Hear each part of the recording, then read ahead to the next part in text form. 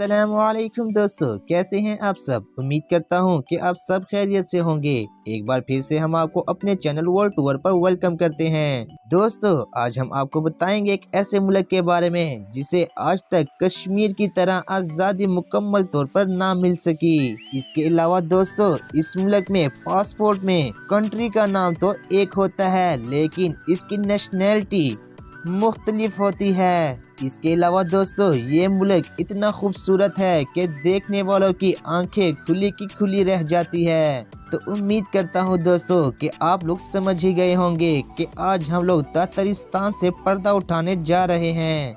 दोस्तों, तातार एक कौम का नाम है, जबकि इस्तान फारसी जुबान में कौम को कहते हैं। यानी कि तातारिस्तान का मतलब है तातारियों की सरजमीन। आज अगर रूस में बसने वाले नस्ली ग्रोहों की बात की जाए तो रूस में रूस के बाद तातारी सबसे बड़ी दूसरी कौम है और दुनिया में इस वक्त 70 लाख से ज्यादा तकरीबन तातारी लोग बसते हैं। ये तातारी लोग सिर्फ रूस में ही नहीं बल्कि वेस्ट एशिया के मुख्तलिफ ममालिकों में भी आबाद हैं। लेकिन इन 70 लाख लोगों में से 55 लाख तातारी लोग सिर्फ रूस में बसते हैं। दोस्तों, दरियाए वोल्गा और दरियाए गामा के दरमियान बसे इस इस्लामी मुल्क तातारिस्तान के बारे में मजीद जानने से कबल नए आने वाले दोस्तों से मैं गुजारिश करूंगा कि आपने अगर अभी तक हमारे चैनल को सब्सक्राइब नहीं किया तो हमारे चैनल को सब्सक्राइब कर दीजिए, ताकि हमारी मजीद नई आने वाली हर वीडियो आप तक पहुंच सके। दोस्तों, तातारिस्तान एक आज़ाद मुल्क तो नहीं है, लेकिन ये मुल्क दूसरे ममालिक से अपने ताल्लुकात बनाने के लिए आज़ादाना फैसला करने की सलाहियत भी रखता है। तातारिस्तान के बारे में जानने से पहले हमें एक नज़र इसके तारीख के बारे में भी जान लेना चाहिए। दोस्तों, रिपब्लिक ऑफ तातारिस्तान आज जिस जगह पर आबाद है, यहाँ पर इंसानों की रिहाइश आज से तकरीबन 800 साल पहले हुई थी। रूस के दूसरे इलाकों की तरह इस इलाकों में मसीहों ने अपना खास कोई रुख्स नहीं दिखाया था।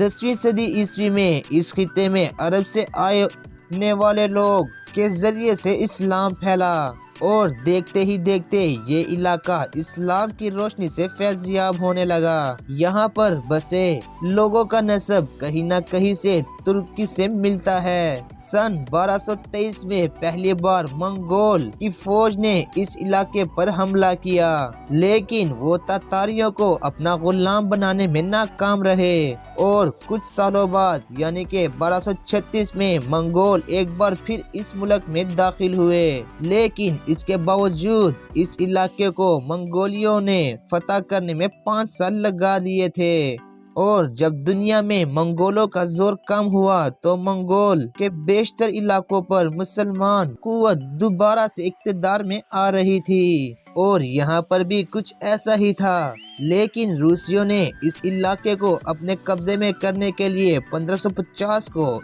इस तातारिस्तान को फतेह कर लिया।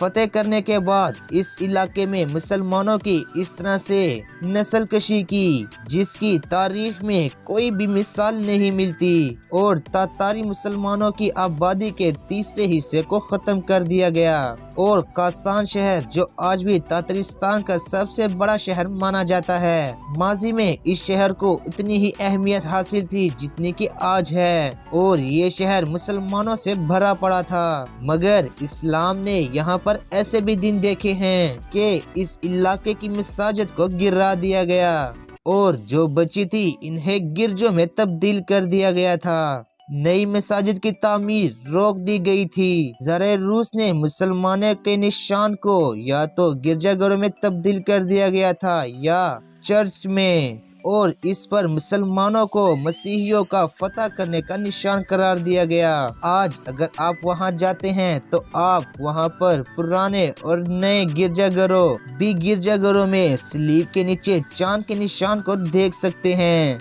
और हैरानगी की बात यह है कि इस मुल्क में रहने वाले अक्सर तातारियों को सलीब के नीचे चांद लगाने की असल वजह आज भी पता नहीं है, क्योंकि रूसियों ने इस इलाके की तारीख को मसख करके पेश किया गया है। दोस्तों, तातारिस्तान में मस्जिदों पर पाबंदी 18वीं सदी तक लगाई गई थी। सन 1768 में एथाइन की इस सरपरस्ती में यहाँ पर पहली बार एक नई मस्जिद तामीर की गई और ततारिस्तान 1917 के इनकलाबी रूह तक रूसी सल्तनत में शामिल रहा। इसके बाद 1917 से 1990 तक सोवियत के कब्जे में रहा, जो कि खुद मुख्तार जमहूरियत के तौर पर शामिल रहा। 30 अगस्त 1947 को ततारिस्तान और इसके वासियों ने अपनी आज़ादी का ऐलान कर दिया, लेकिन इसके साथ ही यहाँ पर खाना जंगी शुरू हो गई और 1992 में वफाक से और रूस से आज़ादी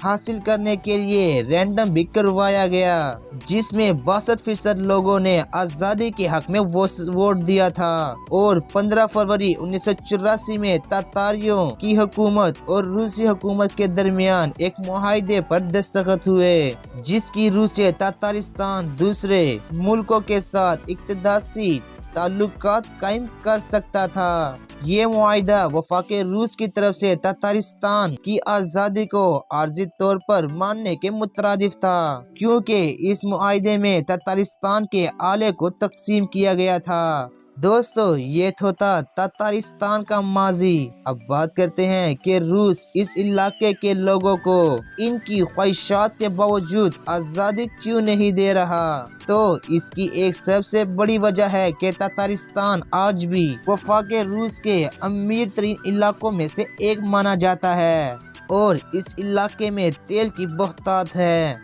और 1960 में ये इलाका रूस में सबसे ज्यादा तेल पैदा करने वाला इलाका माना गया था और आज ततारिस्तान को रशिया की 22 रिपब्लिक में से रकबे के लिहाज से 9वें नंबर पर गिना जाता है। दोस्तों, ततारिस्तान का कुल रकबा 67,847 मुरब्बा किलोमीटर है, जो कि लगभग श्रीलंका के कुल रकबे से भी ज्यादा बनता है और 38,94,000 की आबादी के लिहाज से ततारिस्तान रशिया के 8वें नंबर पर शुमार होता है, जबकि रशियन रिपब्लिक के हिसाब से सबसे ज्यादा आबादी वाला दूसरे नंबर में ततारिस्तान गिना जाता है। दोस्तों, अपनी आबादी के हिसाब से अगर आलमी दुनिया में देखा जाए तो ततारिस्तान की आबादी लगभग जॉर्जिया जितनी बनती है। दोस्तों, काजान शहर को ततारिस्तान का तख्ते पख्त माना जाता है। ये शहर 11 लाख की जायद अफरादी के साथ रूस के